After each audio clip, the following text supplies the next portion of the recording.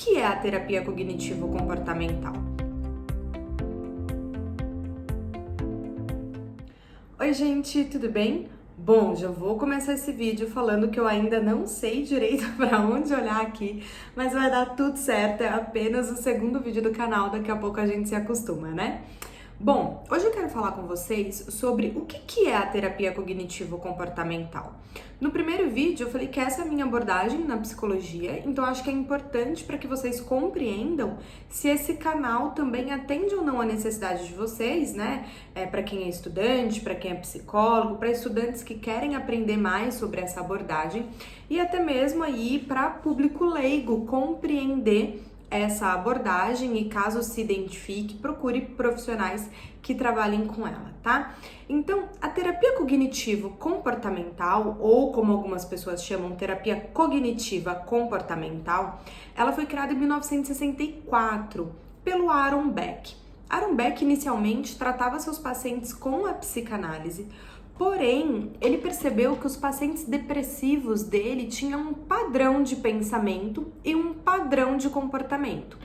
E então, ele começou a se aprofundar nos estudos desses padrões, né? E ele foi mais a fundo de entender qual que era a similaridade desses pacientes e como efetivamente tratar, né, os sintomas que estavam ali presentes na vida daquele paciente, tirando os aspectos de inconsciente que é tão trabalhado pela psicanálise.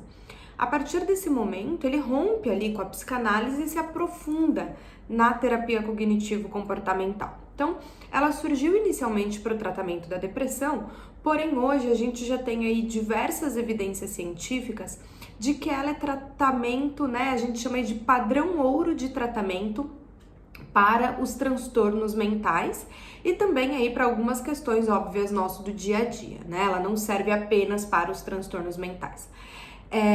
A gente tem uma associação nos Estados Unidos, né? Uma divisão da APA que é chamada DIV-12, a APA é a Associação Psiquiátrica Americana, que já testou aí a TCC, né, a terapia cognitivo-comportamental nos mais diversos transtornos e demonstra então que muitas vezes ela com medicamento é padrão ouro de tratamento e nos quadros depressivos, por exemplo, para vocês terem uma ideia, se o paciente inicia o tratamento, né, assim que ele começa a perceber esse quadro depressivo, muitas vezes o paciente não precisa entrar com medicamento. É claro que vai precisar de uma avaliação psiquiátrica para isso, mas hoje alguns livros, né, da TCC já nos demonstram isso, que é bastante bacana. Assim como pacientes que tratam com a TCC, depois que finaliza o processo terapêutico, ele tem menos chances de recaída do que só o paciente que tratou com o medicamento. Então é uma abordagem muito bacana no sentido do tratamento para o paciente, tá?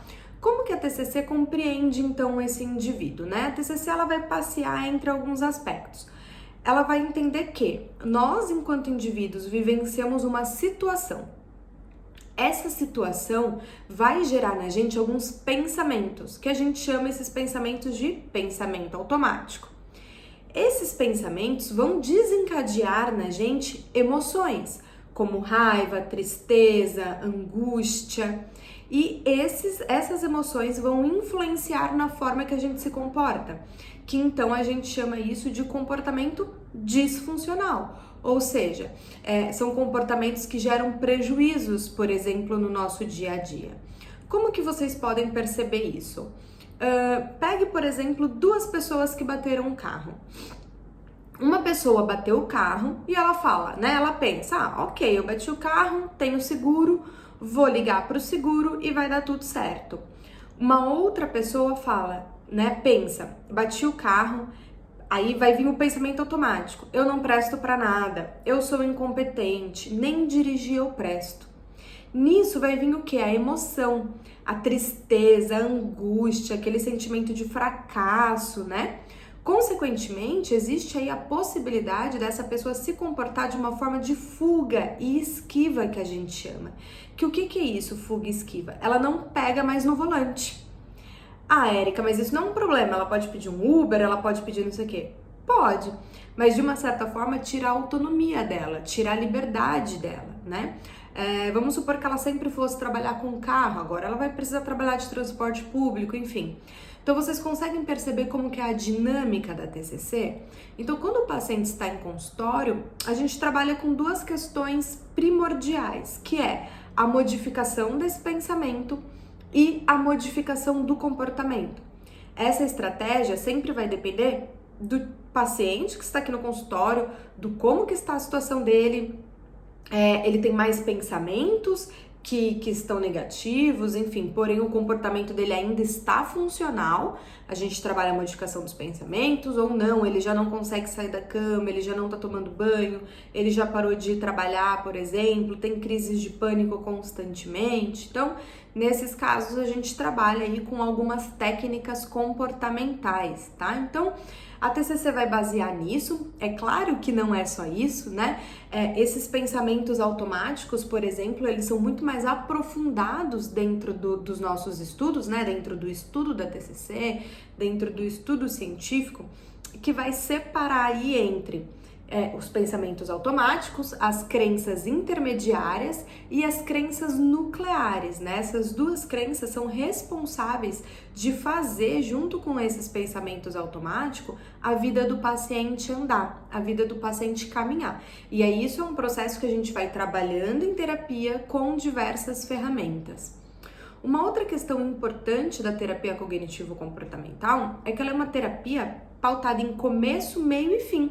Então, esse paciente, ele entra em processo de alta, ele sai efetivamente da terapia. Na TCC, a gente não tá ali, por exemplo, só, 5 anos em terapia, 10 anos em terapia. Não é o foco da nossa abordagem, né? Eu falo, nossa, por eu fazer parte dela, mas é óbvio que eu só replico aí os ensinamentos, né? Não é o foco da abordagem. O foco da abordagem é o paciente, ele vem efetivamente com um problema na sessão, a gente vai trabalhar todos esses aspectos e esse paciente vai entrar em alta. E a gente trabalha a prevenção de recaída e tudo mais.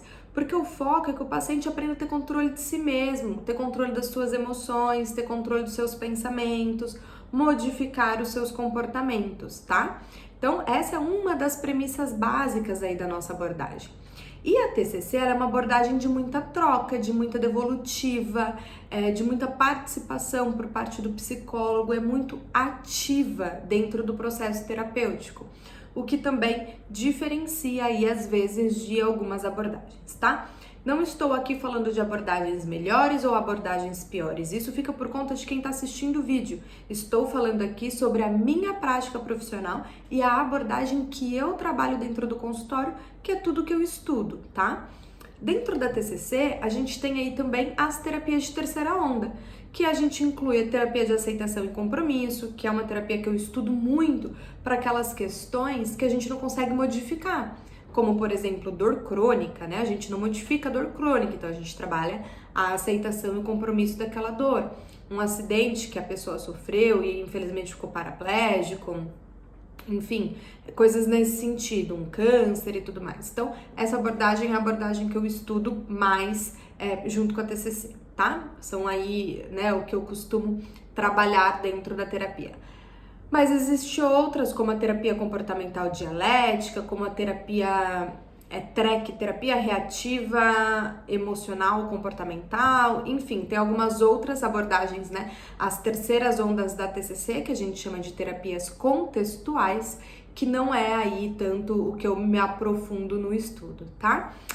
Bom, gente, é basicamente isso, né? É claro que a TCC é muito mais que isso, dá para produzir vários conteúdos específicos sobre cada questão da TCC, mas eu quis trazer esse resumão para vocês entenderem em que canal de YouTube vocês estão, que tipo de conteúdo que vocês vão encontrar aqui, que são conteúdos um pouco menos filosóficos e com uma base mais, enfim, científica, tá? Espero que vocês tenham gostado, deixa aqui nos comentários o que vocês querem que eu traga aqui pra vocês e se for algo do meu conhecimento, algo que eu estudo, pode ter certeza que eu vou trazer.